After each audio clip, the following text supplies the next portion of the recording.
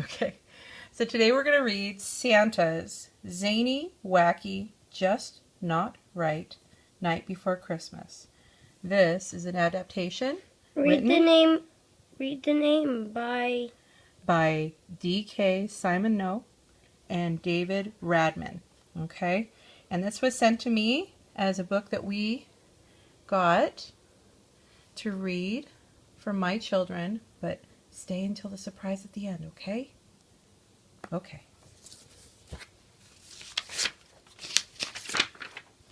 Ooh.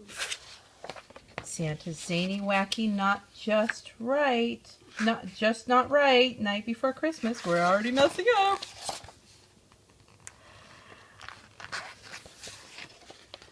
One Christmas Eve, it was a cold, stormy night, and nothing at the North Pole was going quite right. The sleigh was all packed and the reindeer were drawn, but Santa did not have his Santa suit on. Mrs. Claus, feeling quite sick, so doing the laundry was the job of St. Nick. The power went off, so by light of the fire, Santa snatched his clean suit right from the dryer. He buttoned his coat, but he hadn't a clue just what he had put his red Santa suit through. From the can on the shelf, in the light that was faint, what he thought was soap had been purple paint.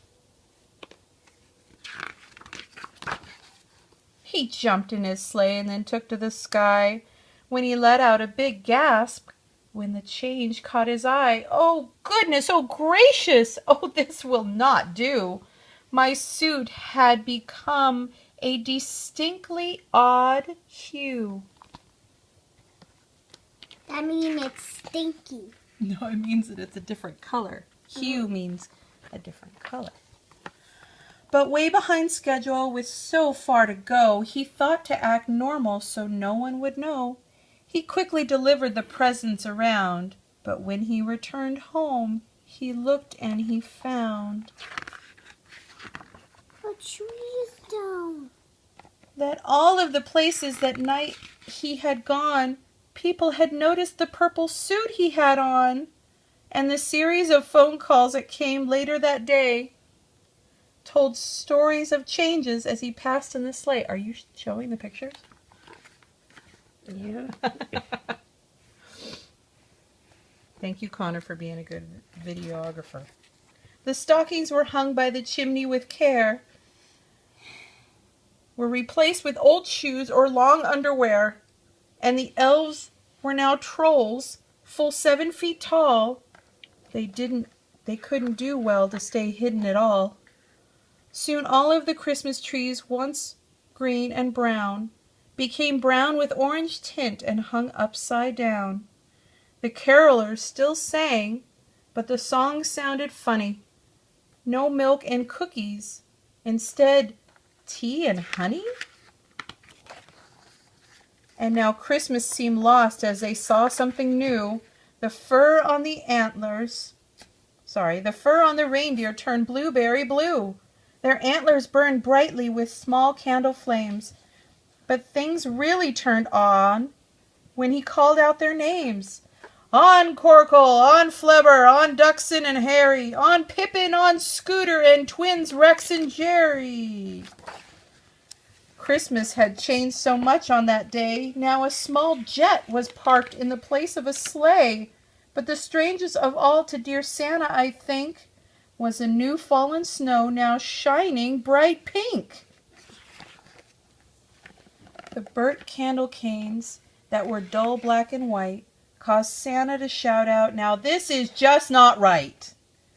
Thus his jolly ho-hos were now little ha-has. Could it be we were losing the real Santa Claus? Christmas is ruined, and it's all my fault. This new purple suit brought it all to a halt. He wished he had not washed it, not in that paint. I take it all back, said the unjolly saint. As panic began to swirl round in his head, the snowman alarm went off in his bed. Santa opened his eyes. Was it all just a dream? Is everything fine, as it always should seem? And it wasn't a dream, right? The snow falling outside was glistening white. The elves were themselves to Santa's delight. The sleigh was all packed and displayed on the lawn, with happy brown reindeer set to fly until dawn. All of the things that had seemed such a wreck were perfectly normal, with one thing to check. There, hanging in view at the foot of his bed, was his old Santa suit, all clean and still red. His wife helped him dress, and then after he ate, he said, "I must go now, for I cannot be late." He told her the dream, how it made his heart jump. Then onto the sleigh he leapt with a jump. He took up the reins with a smile and a sigh, leaned over to kiss her and tell her goodbye. Then laying a finger aside of his nose, he whispered, "From now on, dear, you wash the clothes." He bellowed, "Ho, ho," as he rose through the air, with joy in his heart and presents to share. And I heard him exclaim as he took off that night, "Merry Christmas to all, now that Christmas is right." There's a moral to this story that's perfectly clear. If we hope to keep Christmas so merry and dear, Santa should stick to the things that he knows and should not be allowed to wash his own clothes. Okay. What did you guys think of the story? Good. You liked it? Aww.